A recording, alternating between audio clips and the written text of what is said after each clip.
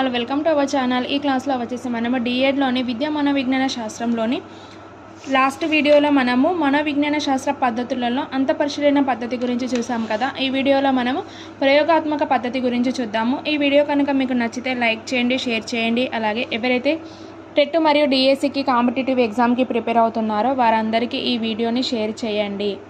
ఈ క్లాస్లో వచ్చేసి మనము ప్రయోగాత్మక పద్ధతి గురించి చూద్దాము. శాస్త్రీయ పద్ధతిలో ఒక ముఖ్య పద్ధతి ప్రయోగాత్మక పద్ధతి. ఇది అన్ని పద్ధతులలో శాస్త్రీయ మరియు విషయ నిశిష్టతతో ఉన్న పద్ధతి. మనోవిజ్ఞాన శాస్త్రాన్ని శాస్త్రీయ హోదాను ఇవ్వడానికి ఈ పద్ధతి ముఖ్య కారణము. ఏ పద్ధతి? ప్రయోగాత్మక పద్ధతి అనేది శాస్త్రీయ హోదాను ఇవ్వడానికి ఈ పద్ధతి అనేది ముఖ్య కారణం.